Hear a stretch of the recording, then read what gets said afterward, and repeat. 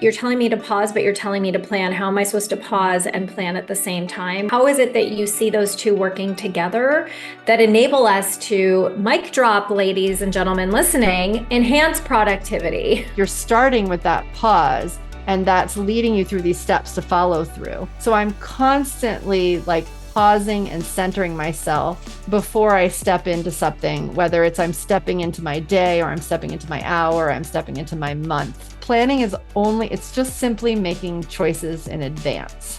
And so it's kind of like if you've made a plan, it's a gift from your past self to your future self so that you can really be present. So the pause really allows us to consciously make a choice and really be present while we're actually in the thing, whether it's a doing thing or a being thing. It could be either.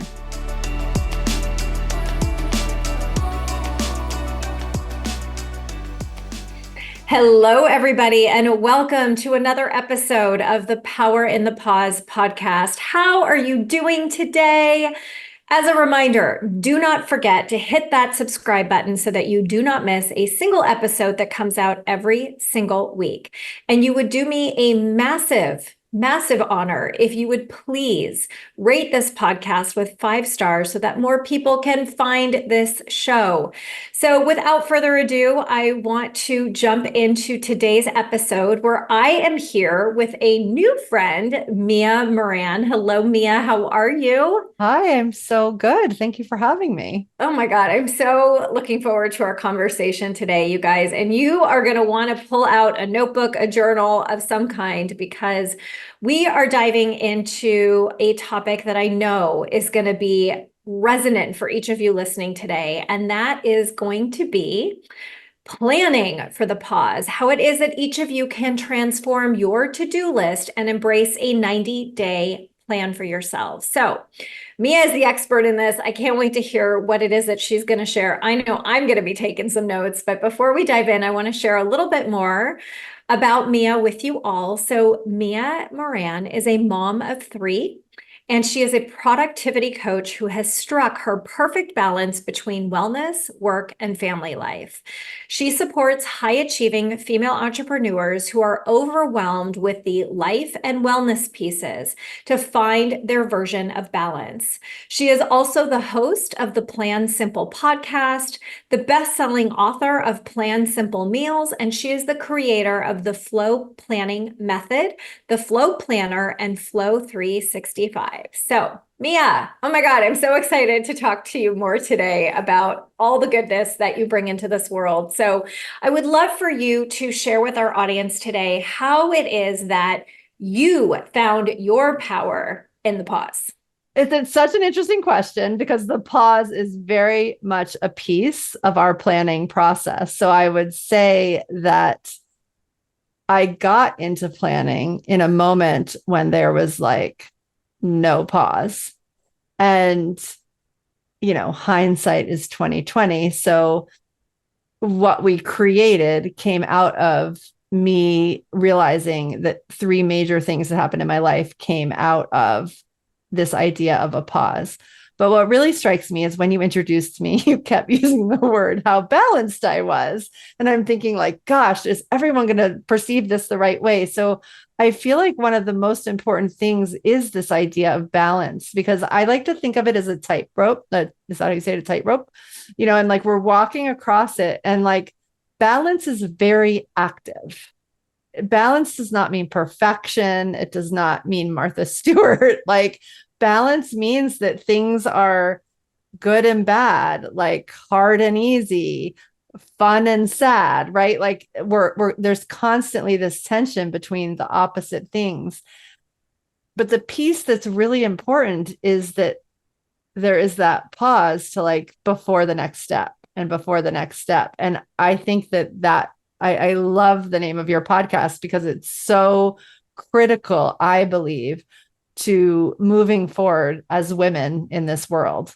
So that's what I got to say about the pause. I hope that answered. Yeah, no, it does. And it's so interesting. I mean, I'm not surprised that we're both kind of in sync, because one of my questions was going to be to you is, what do you define as balance? Because I think that there are so many of us that have very different definitions of what that looks like. Yeah. And it's interesting that you use a tightrope, because the way that I describe balance is really, it's like a seesaw, where to me, like, it still plays into, like, there's always energy even in the balance, right? Because you're constantly in this like ebb and flow, like you're going back and forth, and you are coming back up and then you're tilting back, and to not see it as good or bad, but to see it as neutral and its momentum, the energy is shifting you to come back to find where that place is. So I totally resonate. And that's so important, because like one of the things that I think we need to correct ourselves on the most often as women is, I hear all the time, I'm so off track, or I'm so behind. And it's like, there's no such thing as that, because I mean, unless you're in the balance equation and it's like, I've zigged this way, so now I'm going to zag that way. Like maybe in the moment of the zig or the zag, you're like off the central like path, but like there's no such thing as being off path or behind, because it's like a constant, balancing of a forward and backwards or a side to side. So yeah. No, I totally agree. And this leads me into my first question for you, as someone who loves a to-do list. I love checking stuff off. I know that all of my listeners are in the same camp, right? So how is it that we can effectively still somewhat have a to-do list, but really ultimately sort of reframe our thinking around what a to-do list is, and why is that so important? What have you found to be important about that? Yeah, absolutely. So first of all, I'm going to try to describe a visual that I share all the time. And it kind of brings into that idea of balance. So I think that one of the keys to productivity for us women is that a lot of the models we have for productivity, for calendaring, for how we just navigate time are very masculine in nature, because, well, our male counterparts developed a lot of the systems that were adopted and we use. In fact, like the calendar that we use today that we might buy at Staples that has like flowers on it and looks really like it's made for us is not that different from the original planner that was made like in the Civil War by a man for men coming back from war. So like they literally weren't holding the things that we hold right now. Like we hold so many things. So the idea of like the pause, which I actually call like what you're doing in that is getting centered and really like creating a vision, is for me what happens in that pause. That to me is the feminine. Like that is us being in our feminine. And I think I want to just say that because those are the two things that happen before the to-do list, or could happen before the to-do list. And I actually think they activate what goes on the to-do list, right? Yes. So if we're just taking in all the noise and making this huge list, that's something that we could correct for ourselves, because the pause can make that to-do list even so much better for us and so much just more in alignment with us. So then there becomes this like creative process of making a to-do list, which is like, I think probably the most sort of feminine way to plan. Like, I think there's a reason that a lot of us, I don't see men making these long to-do lists in the same way that women do. And masculine and feminine, by the way, is not gender based. It's just energy. Yeah. Energy. But sometimes we personify it more in the collective as women. So I just want to clarify that for anyone listening. Yes.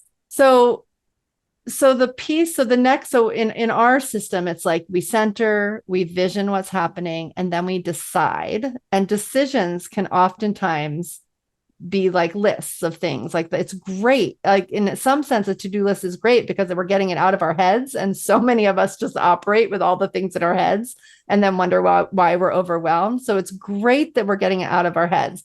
The only thing is that we're pretty much, and I'm sure your listeners fall into this camp, but as women, we're very intuitive beings. And so we might get what some might call a download or like aha, or just like be in our creative mode when we're writing that to-do list. Often that's why we write things down. And that part of our brain does not understand time. And so we're writing these things down that are, thank goodness, our brain thinks are good as done, right? But Right. then reality sinks in and we're like, oh my God, I'm overwhelmed because I have like a gajillion ideas. And if you really were to sit down and pause, you'd probably see that what you wrote down is like, if you think it's a day's worth of work, it's probably a month. If you think it's a week, it's probably a year. Like we just totally like get so big and like misjudge the time piece. And so the way to really get rid of the endless to-do list is to anchor things in time. And so I do think that the piece of getting it out of your head in that creative format is super important. So we don't want to just become people who open a calendar and try to fit it in. Like that doesn't serve us very well. But once we have that list, I love having a week. I mean, I have like a monthly, weekly, daily practice of like going in and anchoring those things in time, like making sure that they make sense in time. So when I'm like looking at my phone in a day, like I'm not thinking about the other and I've had to train myself to do this, but I am not thinking about the 100 other things that might be on a piece of paper somewhere.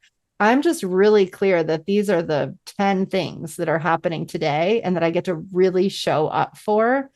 And when, the messiness comes up in my mind, which happens all the time because I'm just another human, just like everyone listening, it's like, no, Mia, like, remember, you decided, like, you got centered, you paused, you chose, you put the things on your day that are the things that fit, you tucked the other things away, and this is what you can hold right now, this is what you're holding right now. And I find the more like, if time just becomes like the container, it's just like it's the vessel that we fit in. So it's not like boxing us in. I like to think we call our system the flow planning system. And I love to think of it like a river Mm. because when like, I think a lot of women resonate with like being in flow. And if the river didn't have the river bed, like if it didn't have the sides, like if it didn't contain us, the river wouldn't be able to flow. It'd be like a big Right. puddle and it would just like all spill out. And I think that essentially that visual is what happens a lot with our to-do lists. And so all that putting things and anchoring things in time is doing is creating the riverbed and creating the vessel so that we really can accomplish and be with what we need to be. And I'm a big proponent, by the way, of in there putting the pause, like consciously planning time to pause.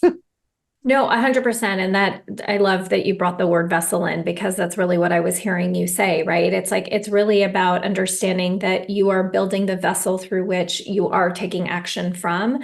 Yeah. And I think that, you also speak into, how we crave the flow, which is the feminine, but yet we are all masters of the masculine, which is the doing and the checking stuff off of our list.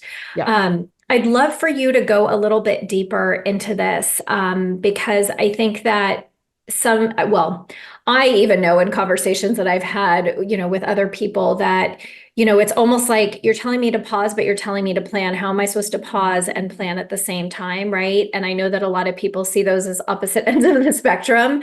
And I know that you see them as actually, this is part of what you call as being a part of the balance. How is it that you see those two working together that enable us to mic drop, ladies and gentlemen listening, enhance productivity?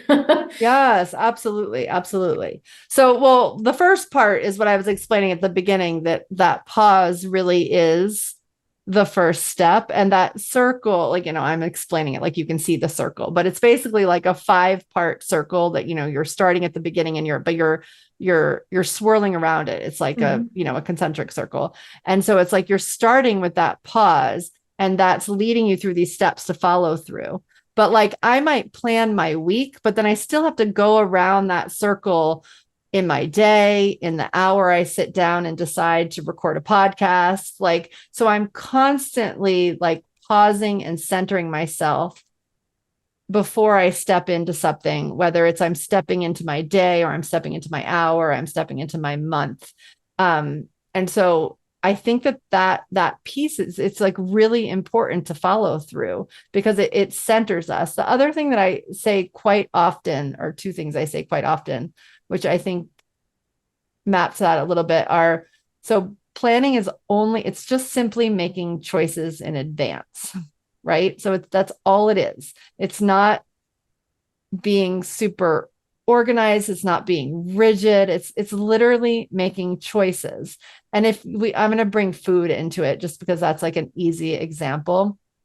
But like if you are, let's say you walk into a buffet and you're not super hungry, but like there's all of your favorite variety of cookies on the table, but you haven't like decided in advance what you want like to eat or that you want to eat. And you walk in and you like, you go back to your past and you're remembering like your grandmother and your summer and like all these things, like you're going to eat the cookies because like you're in the moment, you haven't paused. It's like you're steamrolling into the cookies. If you pause and you're like, I'm walking into this buffet and I'm not really hungry, but you know, if anything comes up that's like exactly like what my grandmother used to make, maybe I'll have one. Like you've just paused long enough to make a conscious choice about something. So it's not right or wrong to say yes or no to anything, right? It could be the same about writing an email. You could be really frustrated with a client.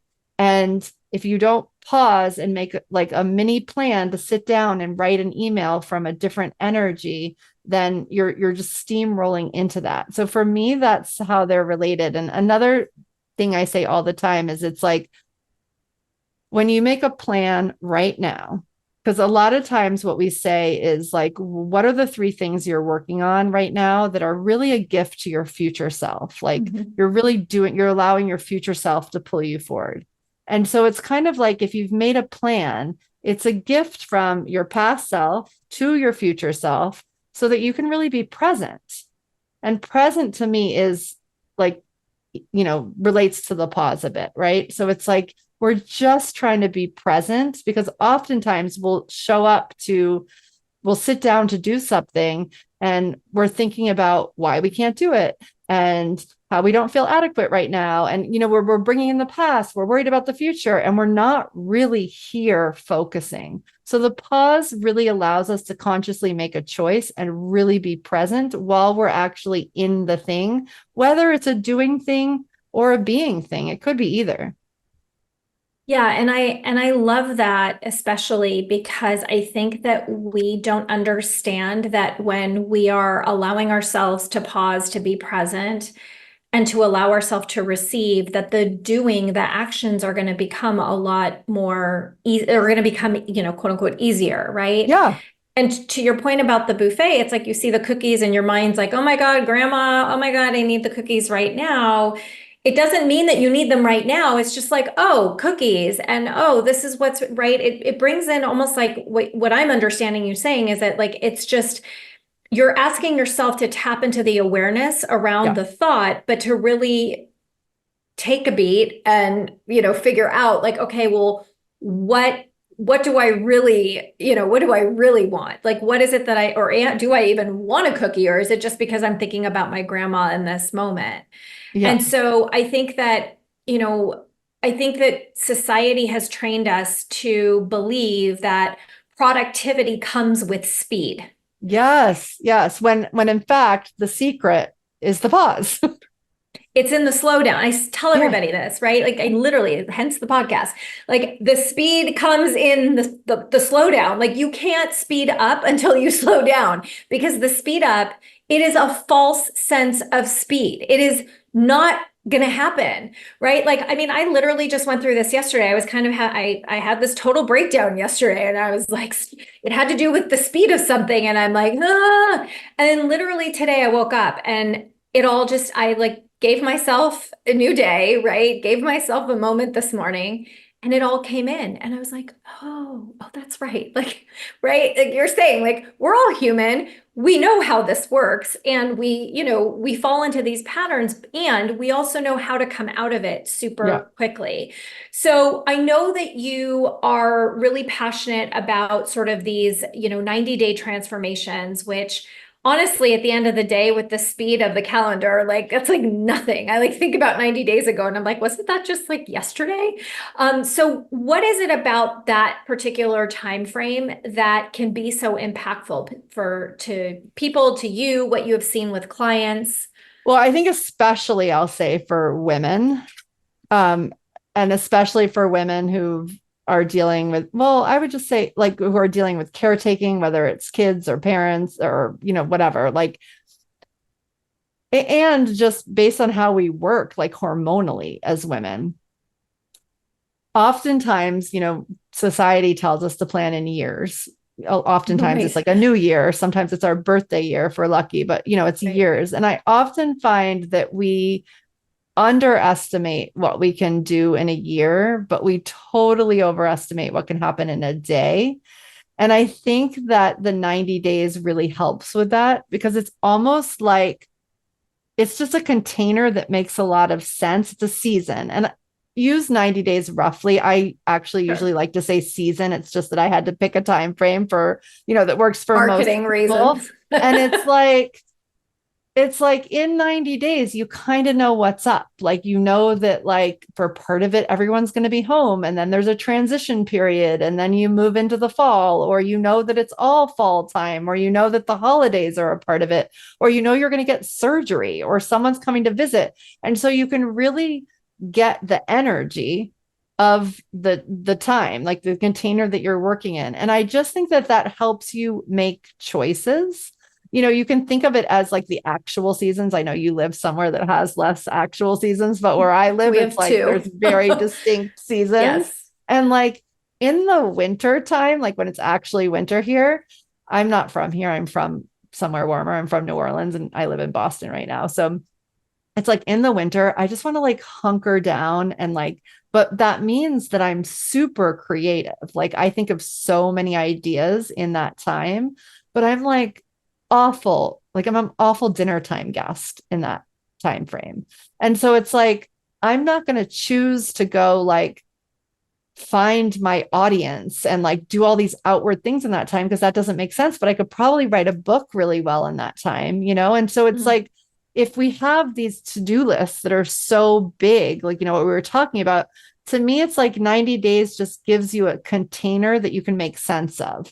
And it's sort of like you can match it to your energy and you could be like, okay. And I actually also love knowing what's happening 5 years out. So it's like, if like what your dreams are, and you're like, okay, and now I'm in this season of creativity, or now I'm in this season of healing, or now I'm in this season of intense motherhood. Well, I don't think you should forget the business that you want to grow, or the fact that you want to be super healthy, or whatever it is. But you probably want to match, like pull from those things, the qualities that are in the season that you're in. And then it becomes a lot easier to feel that forward momentum. Yeah. So I just love 90 days for like that, like for really being able to focus on it and then take a breath and then take a pause and then move into another container, because years just seem like they pass faster, where it's weird. It's like almost like when you really focus on 90 days, it's like the pause, right? It almost feels like time slows down to meet you. But whenever I would focus on a year, I'd be like, oh my God, how did that year just pass? But in 90 days, I could sort of catch myself soon enough that like, even if I just did 3 90 days seasons in a year, which I know there's obviously more than that, but I might pause or stop or whatever. Um, I just felt like I had 3 years within a year. It was unbelievable. And I'm not talking, by the way, about doing more and moving faster, but it's just like, even it might be my capacity to sleep or meditate or just be can Yeah. grow in that time in a way that it can't when that's my focus for the year because I'm Well, not focused.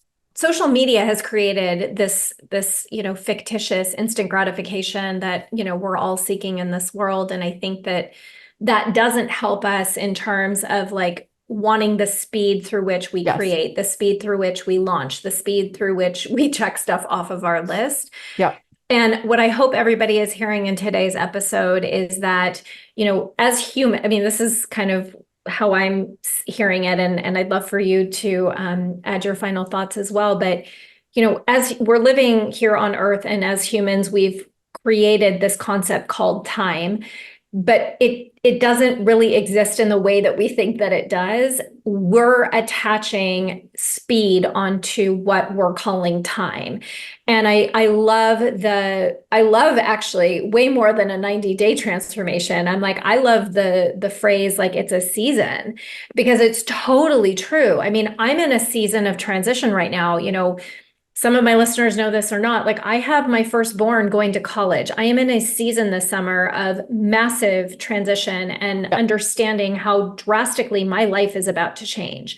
And I have made modifications in my business knowing that this is coming. And I can sit here and go, oh my God, I'm going to be behind if I'm not in action. If I'm not doing this, I'm behind. I'm going to lose money. I'm going to this, I'm going to that. No, it just means that I am, at this place right now of, I get to be present with my family. I get to be present with my son. I get to make him feel like he is the focus this summer. This is my choice, listeners. And I'm also doing business differently, taking into account the season that I am in. That's what I'm hearing you say. And that's what I hope every listener that is tuning in today is hearing. Mia, is there anything else that you would like to make sure that our listeners understand before we end our conversation? Literally, the pause is where the power is. So the more we practice that, and even if you go to open a like if you're cued by a calendar to think you're in planning mode, just take a breath before you put anything in. So even if you don't remember my whole model, it's like, what is that 30-second pause before you make a choice? Can just be the practice that makes you just make a slightly different decision that makes things a little bit more easy, a little bit more in alignment, and thus feel a little bit less overwhelming. I love it. Oh my God, Mia, I adore you. I loved our conversation today. Thank you so much for joining me. And I want to make sure that everybody listening knows where they can find you. So where are the best places, or where is the best place for people to find you? Definitely on our website, which is plansimple.com. And we have a free course there for anyone to come get. And we run free events from time to time throughout the year. And so that's always like on the top, there's always a banner somewhere or a pop-up window that explains what's happening. So I would say our website is definitely the best bet. Amazing. Mia, thank you so much for being here today. Thank you so much for having me. You're welcome. And friends, thank you so much for tuning in and listening to an amazing conversation that I honestly feel very privileged to have been a part of. And Mia, I'm so grateful that you've come into my world. And as you guys know, with every single one of my podcast episodes, my goal is to help each and every one of you to learn how it is that you can find your power in the pause. Thank you so much for tuning into today's episode. Don't forget to hit subscribe. Don't forget to follow me across social media at Wendy Page Sterling. Sending you all so much love and light always. Mwah. Bye, everybody.